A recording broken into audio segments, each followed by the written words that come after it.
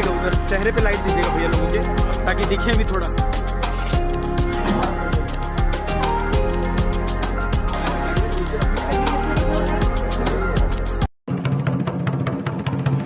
आप लोगों को जानकारी है और सुबेरे लगभग 8:45 बजे एक्सिस बैंक में बैंक डकैती की घटना हुई थी और उसमें पूरा जब हम लोगों ने चेक किया था तो लगभग 4,19,46,000 का फिगर था जो डकैतों ने डकैती डाल के लिया था और 2917 ग्राम सोने के आभूषण थे जो कि देख रहे हैं आप 78 पाउच में वहाँ पर गिरवी रखे जाने के उद्देश्य से जो गोल्ड लोन होते हैं उसके उद्देश्य से रखे गए थे। इसकी मार्केट वैल्यू आज के डेट में बैंक द्वारा लगभग 1.43 करोड़ बताई गई थी। तो टोटल 5,62,00,000 के आसपास का जो रकम की डकैती डाली थी और सीसीटीवी फुटेज में 7 लोग दिख रहे थे और उस जानकारी पर पुलिस ने त्वरित कार्रवाई की है। ये एक तरह से मैं करूंगा सिर्फ जिला पुलिस नहीं बल्कि पूरी छत्तीसगढ़ पुलिस का समन्वित प्रयास है।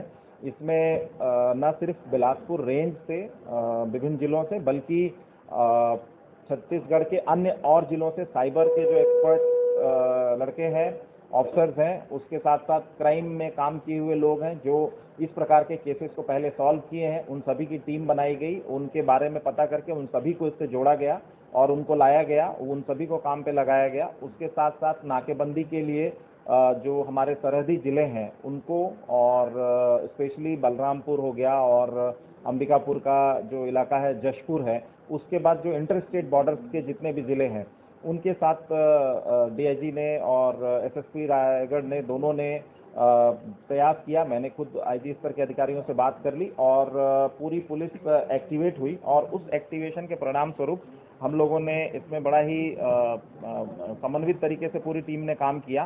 करीब 10-12 प्रकार के हम लोगों ने टीम बनाई थी और उनको सबको कहीं पे डीएसपी, कहीं पे इंस्पेक्टर, पूरी टीम लगा करके एक साइबर एनालिसिस कर रही थी। कोई टीम टोल, जितने भी टोल नाके हैं उनके डाटा ले रही थी, कोई टीम फास्टैग का डाटा ले रही थी और कोई टीम ह्यूमन इंट पे काम कर रही थी। उसके साथ साथ जो रायगढ़ के जितने भी इलाके हैं जहाँ पे संदिग्ध रुक सकते हैं या पहले की घटनाओं से सीख लेते हुए उन सभी क्षेत्रों की भी लोकल पुलिस अधिकारियों द्वारा पर्याप्त मात्रा में सघनता के साथ चेकिंग की गई। उस दौरान जब हम लोगों को थोड़ा सा एक लीड मिला है, उस लीड को हम लोगों ने काम किया। इसमें ये पाया गया था कि जो आरोपी है ये बाइक के साथ देखे गए कि बाइक, जो सीसीटीवी फुटेज एनालिसिस किया गया कि बाइक में बैग ले जा करके कहीं छोड़ रहे हैं। उसके बाद जो एनालिसिस टीम है उसने और आसपास उसका दायरा बढ़ाया और तकनीकी डिटेल में जाने की जरूरत नहीं है, बहुत सारा दायरा बढ़ाया और फुटेज एनालिसिस किया तो कुछ संदिग्ध गाड़ी के बारे में पता चला। उस गाड़ी को एनालिसिस किया तो गाड़ी का क्रेटा कार एक संदिग्ध हम लोगों को नजर में आई। तो उस क्रेटा कार का मूवमेंट पूरी तरह से हम लोगों ने फॉलो अप किया। उसके साथ साथ पैरेलल जो ह्यूमन इंट है उस पर भी काम हो रहा था। तो उसके जब मूवमेंट को पाया गया तो ये पाया गया कि ये गाड़ी 11 सितंबर को यहाँ से रायगढ़ से उड़ीसा गई है और 18 सितंबर को उड़ीसा से रायगढ़ में भी प्रवेश की है। इन सभी चीजों को देखा गया। उसके साथ साथ गाड़ी, वाहन जो है उसका देखा गया। उसके पूर्व में बाइक को लावारिस हालत में छोड़ा गया था, उस बाइक को चेक किया तो चोरी की बाइक पाई गई। तो इसमें सस्पेक्ट ये आया कि गया का कोई बिहार का शेरघाटी गैंग, उसकी जानकारी हुई। उसको फिर हम लोगों ने रिकॉर्ड खंगाला तो उसमें से कुछ आरोपी ऐसे नजर आए जो कोरबा में कुछ समय पहले 15 या 16 में डकैती हुई थी उसमें भी शामिल होने के अंदेशा लगे। उसके बाद जो पुलिस के साइबर और क्राइम ब्रांच के लड़के हैं, इन लोगों ने भी कुछ लोगों को सस्पेक्ट को मिलान किया, आइडेंटिफाई किया और जो अपना क्राइम का डेटा है उस डेटा से काफी कुछ मिलान किया गया और कुछ पैटर्न का एनालिसिस किया गया। तो उसके आधार पे लगा कि ये गाड़ी का मूवमेंट हो सकता है। तो उसके साथ साथ लगी हुई अन्य गाड़ियों की तलाश की गई और इसमें ऐसा लगा कि 2-3 गाड़ियों में भाग सकते हैं तथा ट्रक, कंटेनर, बस, इस टाइप की चीजों से सामान को भी पार करा सकते हैं।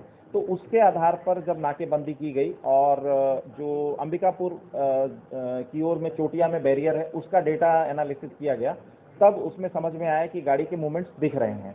तो उसके बाद पुलिस अधीक्षक बलरामपुर को अलर्ट किया गया और यहाँ की टीम को भी कुछ अंबिकापुर से लड़के जो है पुलिस के इन्वॉल्व किए गए इसमें और एक टीम बना करके उनको डिप्लॉय किया गया उस एरिया में नाकेबंदी और सर्चिंग करने के लिए।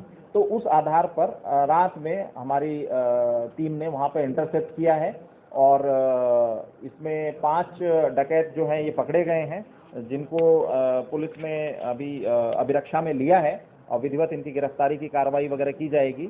और पूरी यहाँ से जो टीम है रायगढ़ पुलिस अधीक्षक के नेतृत्व में यहाँ से गई टीम, वहाँ पर बलरामपुर एसपी लालू मेद का भी सहयोग बहुत अच्छा रहा। वो मौके पे वहाँ रहे और उनके नेतृत्व में वहाँ पर धरपकड़ की कार्रवाई हुई।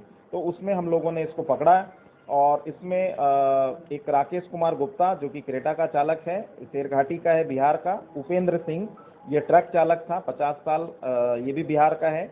उसके साथ साथ तीसरा एक जो मुख्य इस गैंग में जो मास्टरमाइंड है, वो 5 में से 2 लोग हैं जिन्होंने इसकी साजिश रची है। निशांत उर्फ पंकज कुमार महतो उर्फ राजेश दास, ये 32 साल का है, ये थाना परैया गया का है और ये बांका मगध में, शेरघाटी में, चंदन बांका, गिरिडीह और चकाई जमुई डिस्ट्रिक्ट, इन जगहों पे बैंक डकैती पहले भी कर चुका है। इसको बिहार पुलिस और बिहार की एसटीएफ भी लगभग 2-3 साल से खोज रही है। तो ये एक बहुत बड़ा कैच मिला है हमारे यहाँ छत्तीसगढ़ पुलिस को, रायगढ़ पुलिस को। उसके साथ साथ अमरजीत ये क्रेटा गाड़ी का मालिक है और ये दोनों मिल करके किए हैं। और एक आरोपी है राहुल कुमार सिंह, ये खलासी है ट्रक का। उसके साथ साथ शेष 5 आरोपी फरार हैं। 7 दिख रहे थे, 3 और बाहर थे। नीलेश रविदास है, सुनील पासवान है, ये दोनों रांची के हैं। और अमित रविदास ये बिघा गया का है। पवन कुमार बेलागंज गया बिहार का है। विष्णु पासवान ये टेकारी गया बिहार का है। तो ये इनको पकड़ने के लिए 2-3 टीमें ऑलरेडी डिप्लॉयड कर दी गई हैं और इसमें लगातार कार्रवाई चलेगी। और अभी जो कि इतनी बड़ी डकैती है, इसको देखते हुए और इनके इन्वॉल्वमेंट को देखते हुए मास्टरमाइंड का कम से कम हम लोग रिमांड लेने की कोशिश करेंगे, सो दैट डिटेल में पूछताछ हो सके। और पूरी टीम ने बहुत अच्छे से काम किया है और इनके पास से ये टोटल जो रकम गई थी, पूरी की पूरी रकम और लूट का पूरा सामान, उसके साथ साथ देसी मेड राइफल, एक कट्टा, 8 कारतूस, क्रेटा वाहन, ट्रक वगैरह जितनी भी चीजें ये सभी जब्ती की गई हैं, उसका भी विश्लेषण किया जा रहा है। इनसे विस्तृत पूछताछ भी की जाएगी और मौके पर जाकर के जब्ती बनाने के कारण अभी लेकर के टीम लौटी है। तो बाकी चीजें अभी की जा रही हैं और डिटेल जानकारी पुलिस अधीक्षक दे सकते हैं। टीम ने चूंकि बहुत अच्छा काम किया है तो पुलिस के रोल को एनालाइज करके इसमें शामिल जो भी लोग रहे हैं उनके रोल के आधार पे यथोचित इनाम के लिए पुलिस मुख्यालय प्रस्ताव भेजा जाएगा। डीजी साहब ने सहमति दी है। इसमें डीजी साहब का सतत मार्गदर्शन मिला है। उन्होंने न सिर्फ ओडिशा से बल्कि झारखंड और बिहार के डीजीपी से बात करके वहाँ की पूरी टीम को एक्टिवेट किया था। तो वहाँ के आईजी ऑपरेशंस और जो संबंधित जिलों के एसपीज हैं और उनकी क्राइम टीम सभी लगी हुई थी। तो कुल मिला के ये एक समन्वित टीम प्रयास का परिणाम है जिसमें एक अच्छी उपलब्धि हासिल हुई। हाँ, इनके द्वारा पर्याप्त मात्रा में रैकी की गई है। डिटेल्स अभी आने हैं, कुछ डिटेल्स हम अभी शेयर नहीं कर रहे हैं, लेकिन इनके द्वारा पर्याप्त मात्रा में रैकी की गई क्योंकि इस प्रकार की घटना 2 तरीके से होती है, बैंक की लापरवाही प्लस इनके द्वारा की गई रैकी।